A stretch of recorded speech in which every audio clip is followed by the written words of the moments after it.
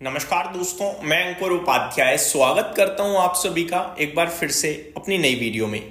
दोस्तों, सबसे पहले गुरु नानक गुरपुरब की आप सभी को हार्दिक शुभकामनाएं। और इसी के चलते आज अपना भारतीय बाजार बंद है और मैं आप सभी के साथ अगर बात करूं तो भारतीय बाजार बंद है। ग्लोबल मार्केट्स में हड़कंप मचा हुआ है, ग्लोबल मार्केट्स की बड़ी बुरी हालत है इस समय।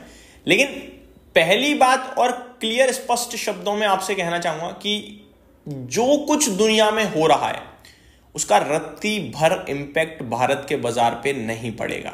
जी हां, जो ये ग्लोबल मार्केट्स में एक सडन फॉल देखने को मिल रहा है, आपको गिरावट देखने को मिल रही है, इसका इंपैक्ट भारतीय बाजार पे नहीं आएगा।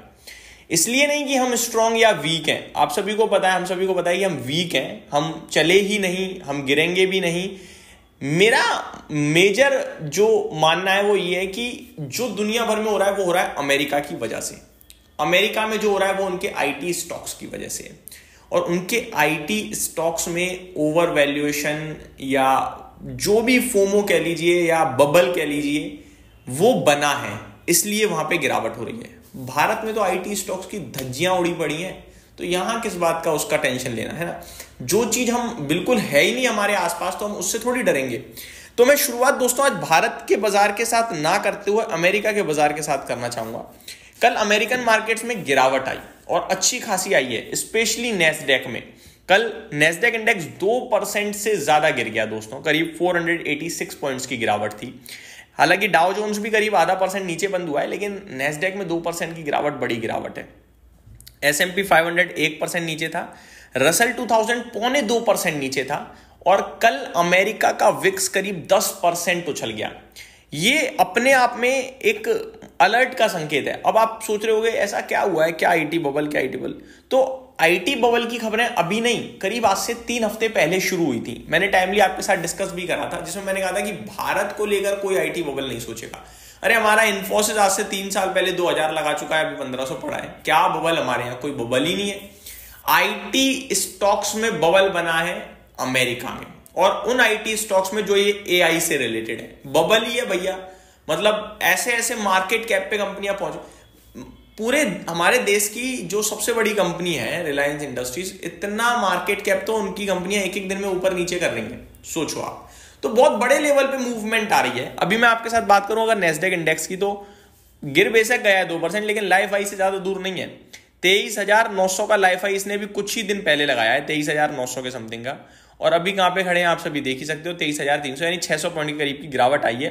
कोई ज्यादा बड़ी गिरावट नहीं है, लेकिन आप ऊपर से 500-600 पॉइंट्स करेक्ट हो गए हैं। अब खबर क्या चल रही है वो मैं आपको एक बार फिर बताना चाहूंगा, फिर भारत के बाजार पे आता हूं। Wall Street is too fixated on the high valuation of tech and speculative stocks, Cramer says. CNBC's Jim Cramer examined Tuesday's market action, reviewing Wall Street's reaction to Palantir's big decline। तो जो ये पलांतीर गिरा है ना, वो actually में इसलिए क्योंकि मार्केट तो इनको बहुत ज्यादा हाई वैल्यूएशन दे रहा है। आई थिंक 232 के पीई पे ट्रेड करता है ये स्टॉक, और जब इनकी अर्निंग्स आती है तो बाजार एक्सपेक्ट भी वही करता है कि तोड़ फोड़ नंबर आने चाहिए भाई, तभी आपको वैल्यूएशन देंगे हम। और जब अनुमान से हल्के भी कमजोर रह जाए तो फिर वो टूटता है शेयर, और वही बस यहाँ पे भी होता हुआ दिखा आप सभी को, जिसकी करीब 8% के समथिंग की गिरावट देखने को मिली है कल पलांतीर में। The larger issue is that we are at the moment where money managers, when asked if the market's too expensive, immediately think of high-flying speculative stocks or those in the high-growth artificial intelligence column. And so they warn you away from the entire asset class. He said these guys don't think of other 334 stocks in the S&P and 500 that sell off less than 23 times earnings. तो ये कह रहे हैं कि केवल कुछ चुनिंदा stocks को ही फोकस कर रहे हैं सब लोग, बाकी देख ही नहीं रहे जो बहुत सस्ते वैल्यूएशन पे हैं या बढ़िया कंपनी और अच्छे अर्निंग्स के साथ हैं, उनको कोई देख ही नहीं रहा। कुछ ही चुनिंदा कंपनीज को देख रहे हैं और फिर कह रहे हैं कि इस मार्केट में बबल है या जो भी है वो ये सारी चीजें। तो ये पूरा का पूरा मामला है, जिसकी वजह से अमेरिका के बाजार में आपको कल पिटाई पड़ते हुए दिखी है और दुनिया भर में भी इसका इंपैक्ट आ रहा है। हम तो एआई को कैप्चर ही नहीं कर पाए, ठीक है, तो हम क्या ही बढ़ेंगे, लेकिन अभी ये लोग गिर रहे हैं, शायद अब हम लोग कैप्चर करें थोड़ा बहुत। अब आ जाता हूं भारतीय बाजार पे। 25,600 पे क्लोजिंग आई है, आज बाजार बंद है। कल के लिए क्या देखो, आज अमेरिका के बाजार के चलते जो शुरुआत हुई है एशियन मार्केट्स की, वो भी नेगेटिव साइड पे हुई है, बट मेरे को लगता है डरने घबराने वाली कोई बात है नहीं ऐसी कि हाँ आपको टेंशन लेनी चाहिए या कुछ भी सोचना चाहिए।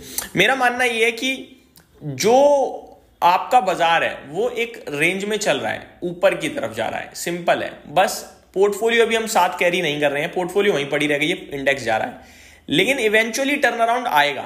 अब वो इस क्वार्टर की अर्निंग से अभी तक तो नहीं दिख रहा है, लेकिन जल्दी आएगा। कोई भी ट्रिगर मिलेगा ना भारतीय बाजार को, ये चलेगा। क्योंकि अभी तक क्या होता है, ट्रिगर तो मिलते हैं बट सेलिंग आ जाती है, क्योंकि ट्रिगर ऐसा होता है जो पूरा पुष्टिकरण नहीं करता। जैसे कि ट्रेड डील होने वाली है, एक दिन चलेगा फिर गिर जाएगा। अर्निंग्स अच्छी आ रही है तो एक आध किसी दिन बीच में खराब आ जाती है, कभी कोई ब्रोकरेज फर्म दिमाग खराब कर देती है। बट एक्चुअली में देश तो बहुत अच्छा कर रहा है इकोनॉमिक लेवल पे, तो मेरे को लगता है जल्दी ही यहाँ पे सुधार आपको देखने को मिलेगा और जल्दी ही तेजी भी देखने को मिलेगी। बी पॉजिटिव और अपने स्टॉक्स, अपनी पोर्टफोलियो के साथ बने रहिए। आपने बहुत दर्द पेन झेला है, लेकिन अब समय है आपको रिवॉर्ड मिलने का, तो आप इस समय को और झेल जाइए। कभी कभार क्या होता है ना, जब स्टॉक पड़ा होता है 30-40% नीचे, तो हम देखते भी नहीं है कि आप तो क्या ही देखना, लेकिन गलती से वो 10% ऊपर आ जाए ना, तो हम हर सेकंड देखते हैं कहीं गिर ना जाए। तो अभी सिचुएशन वही है कि आपकी पोर्टफोलियो चल नहीं रही है या थोड़ी बहुत चल चुकी है, आपको लगता है दोबारा ना गिर जाए, या फिर ठीक तो कर रहा है ना, बाजार तो चल रहा है, मेरा पोर्टफोलियो चल रहा है ना, तो वो आपको बिकवा ना दे, बस इतना समझ लेना। आप बैठे रहोगे, पैसा बनेगा।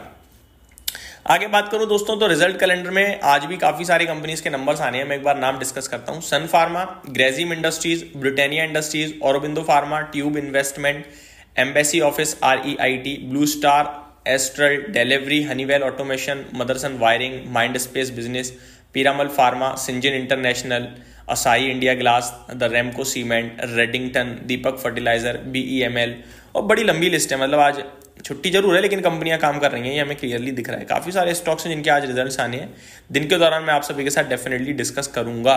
कल भी काफी सारे रिजल्ट्स आए हैं, एक बार मैं आपको सिर्फ नाम बताना चाहूंगा, बाकी नेक्स्ट वीडियोज में उन रिजल्ट्स को भी कवर करेंगे। डीकेल, Paytm, Kaynes Technology, Nuvama Wealth Management, Ramco Industries, Siyaram Silk Mills, Allied Blenders, Diamond यानी कि प्रताप स्नैक्स, ई मुद्रा को लेकर कुछ कमेंट्स थे, आज डेफिनेटली डिस्कस करूंगा। Dalmia Bharat Sugar, Apollo Micro System, Epack Durable, Shanti Gold, Jindal Drilling, Butterfly Gandhimathi, और भी काफी सारे नंबर्स हैं जो आए हैं। इस वीडियो में सिर्फ इतना ही, अगली वीडियो में स्टॉक स्पेसिफिक बात करेंगे। Thank you so much for watching this video. Have a great day guys.